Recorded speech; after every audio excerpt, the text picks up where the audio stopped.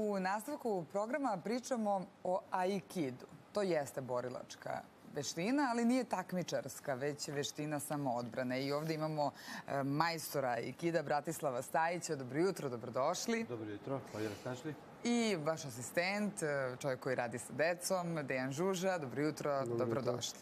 Bratislave, vi slavite 40 godina rada, bavljenja ovom veštinom, pa hajde za početak možda da ispričamo nešto o aikidu. Pa eto, kao što ste sami najavili, aikido je borilačka veština samoodbrane.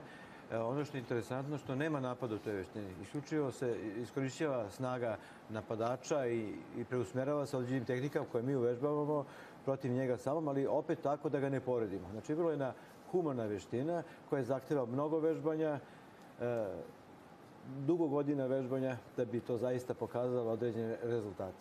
Da, ovde su sa nama vaša dečica, oni će nam nešto pokazivati.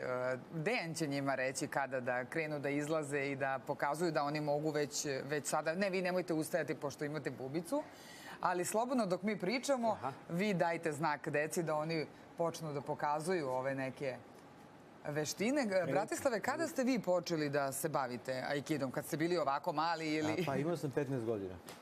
15 godina, znači nešto stariji od... Nešto stariji od njih par godina, da kažem.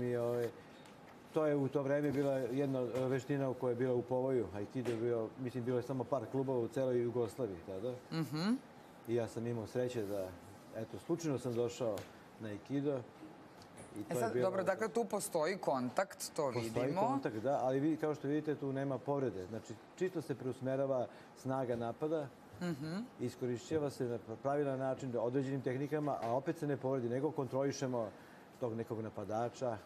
To je jako dobro za decu, zato što ne razvija se agresija, nema napada. Znači, nema tog duha da sad nekog napadne, da udari, nego mi samo vežbamo te tehnike samoodbrane i sarađuju jedni s drugima. Znači, uči se tom nekom timskom radu još od malih nogu.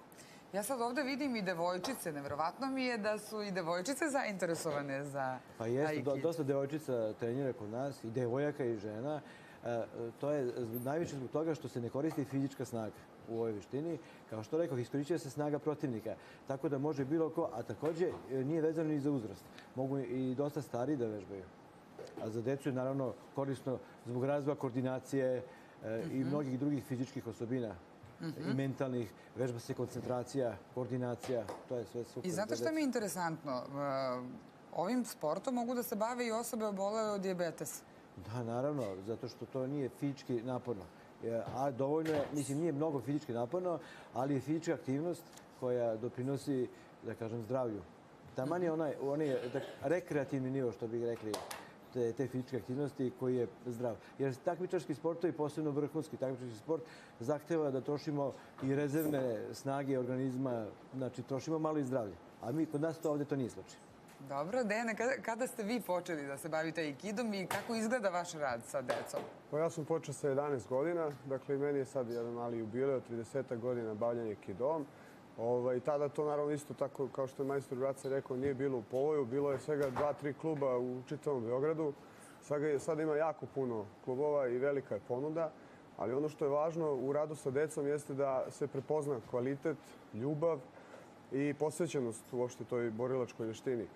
Sa decom je rad dosta zanimljiv. Mi imamo poseban program u internetu Aikido Akademiji u radu sa decom, znači posebno osmišljen i prilagođen deci tog uzrasta. Od 4 godine praktično krećemo i taj program je za decu sve do 12 godina.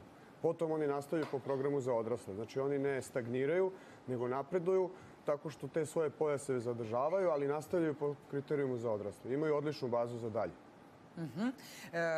Mi ćemo da najavimo i Učideši seminar, 9. po redu, je li tako? On je već počeo, ali traje do 8. februara. Da. Ko su sve gosti i šta se sve događa ovih dana? Naši treneri iz cele Srbije, pre svega, zato što se tu dosta tehnika pokazuje, dosta detalja koji su važni za njihovo napredovanje, znači za napredovanje trenera, jer mi organizujemo to permanentno obrazovanje svih naših stručnjaka, a takođe imamo i goste iz inostranstva. Pošto Internacionalna Aikido Akademija ima klubovi u inostranstvu, trenutno su nam tu gosti iz Rusije, Kazahstana i Slovenije.